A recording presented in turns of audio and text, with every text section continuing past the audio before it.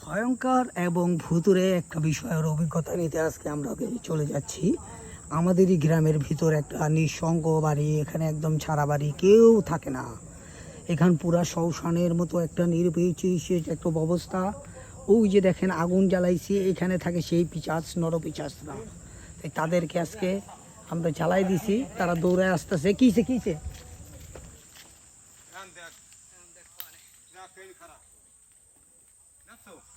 চিরচির করতেছে, বন্ধ ছুটে গেছে। হ্যাঁ বন্ধ ছুটে গেছে। ভাই আপনারা আপনারা কি করতেছেন? আমরা বেঙ্গল মারতে আছি ভাই।